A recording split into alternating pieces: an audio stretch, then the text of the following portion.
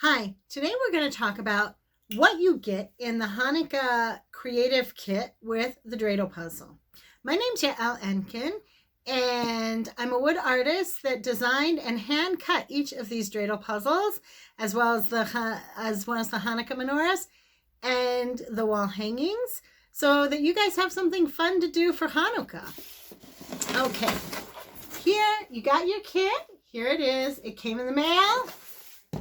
Let's see what's inside. We have a paintbrush, one of my business cards so you know how to get a hold of me, sandpaper. Here we have the Dreidel puzzle.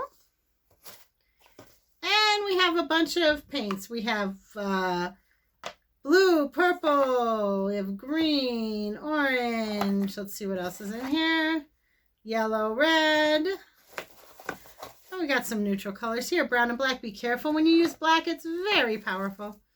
And white.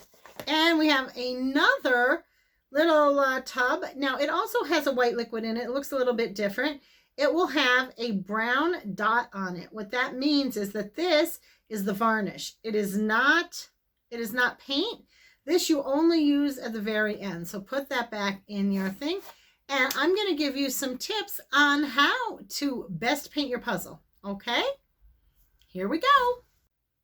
Okay, here are the things you're going to need to know. First of all, I took some of the paints out of the tubs and I just scooped them out and put them on a disposable plate. So you're going to want a disposable plate. I have a jar, just an old jam jar of water to wash my brush. Here's my brush. And I have like an old rag. Okay, that's for drying the brush in between times. So here, let's get started. Here's our puzzle.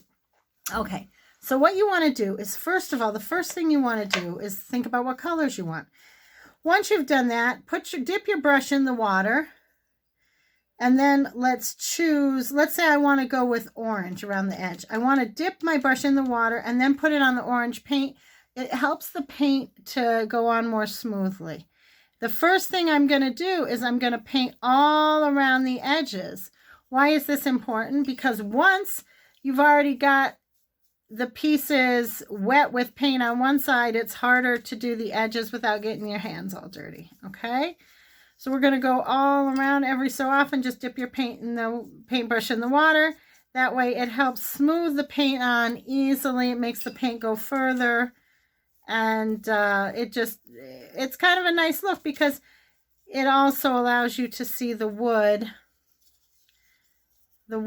grain. And I like that. If you're going to do a wooden puzzle, you want to tell that it's wood instead of just plastic. So, okay. Now we went all the way around. You see all the way around? Now we're going to put it here on the table. And the next thing I'm going to do is I'm going to take out, well, here, you might get your hands a little dirty. I'm going to take out the letter because I'm going to want to paint the gimel. I'm going to want to paint it a separate color so it's really easy to distinguish. Okay, so I'm going to put this to the side. And now I'm going to do a streaky look on the puzzle. Now we're going to paint the puzzle while it's all together. Okay, so I'm going to put a little bit of orange, a little bit of red, and a little bit of yellow on my paintbrush after I've dipped it in the water.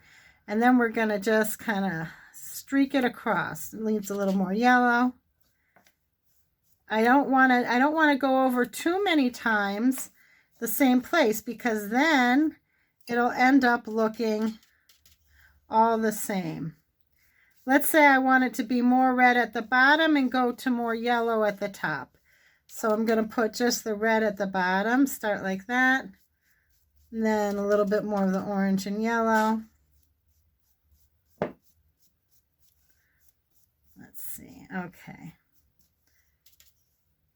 And then we just want to do it so that you like how it looks.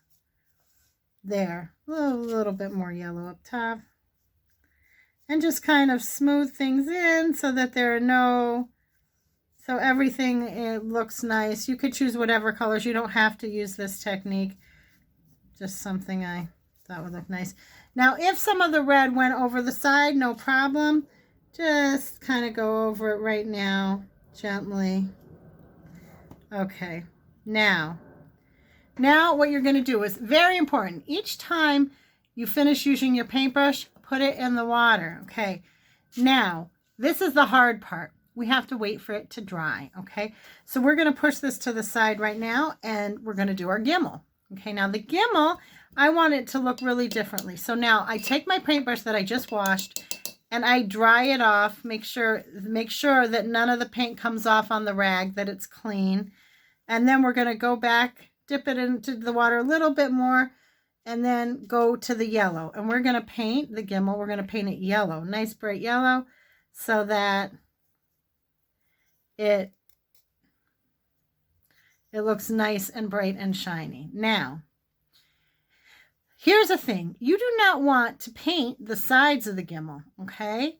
Or the other side. Because right now, I've had so many times, you wouldn't believe it. People paint the entire thing and then they're like, oh my gosh, how do I sit it down to dry? There's no dry place.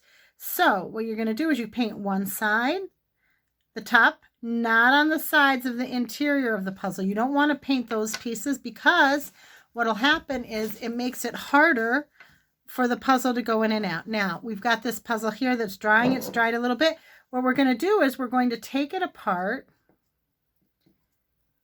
Let's see. It's a little hard. I'm trying not to get my hands dirty. Okay. We're going to take it apart and we're going to let it dry like this. So all the pieces are separate. If a little bit of paint spilled on the inside, it's not the end of the world. Don't make yourself crazy about it. Don't paint that inside part though on purpose, okay? We're going to let this totally dry. We're going to flip it over and do the other side. Now, I've got a tip for you. Okay, my tip is you might want to make the other side a different color, especially with the puzzles with more pieces. That'll make it a little bit easier to do, or maybe a different style of painting. You could also even put polka dots on this, or swirls. I have a video about how to paint polka dots and swirls, or any other design that you want. Or you could even write Happy Hanukkah on it, whatever you want to do. And then once this is dry, you paint the other side, just like we did. You paint it together, keeping the gimmel separate. And then you take it apart and let it dry. Once it's totally dry, and now also, if you're going to be doing polka dots or swirls or writing Happy Hanukkah, first you do the background painting.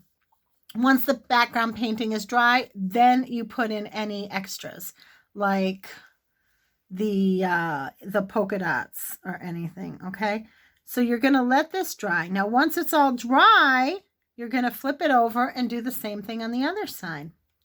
Okay, let's pretend it's dry on both sides. We're going to put it back together. And this is the point. We're including the gimmel. You're going to put it all back together. I'll put the gimmel back in. Let's see how it looks. Oh, look how nice that looks. It would look very cute, though, with some swirls or polka dots, I think. Okay, so now, once this is all dry, then you take the... Here, let me get it. Then you take the tub that has the varnish on it, and now you're going to varnish the whole thing. You're going to varnish it. I don't have the varnish here, but just to give you a show. You put the varnish on everything, but remember, start with the outsides and then varnish this, but then you're going to once again have to take it apart so that it doesn't stick together, because otherwise what will happen is the varnish will get a little bit in between and it'll be hard to get out and it'll stick together. So after you varnished it, you're going to want to let it dry 100% like this. Flip it over, do the same thing. One extra thing, the reason I gave you sandpaper is that sometimes, I don't know if you can see this here, sometimes, especially on the edges right here, after you paint it, it becomes rough. The grain of the wood gets a lot rougher when you paint it sometimes. So what you can do is, before you put the varnish on, if there are any rough spots, take the sandpaper and just gently go over it, just so the roughness goes away, not so that you take off all the paint.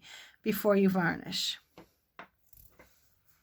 Okay, so those are the tips on how to paint your dreidel puzzle. I hope you really have a great time doing it. Use your creativity, do something unique, and most importantly, have fun. Don't worry if it's not perfect like you imagined it. Just have a good time, enjoy the experience, and I'd love to see any pictures of the dreidel puzzles that you've made. You can send them to me on Instagram or Facebook, or at Instagram at Yael Enkin, or Facebook Yael Enkin Creations, or or you can just message me on YouTube. Okay. Anyways, however you can get a hold of me.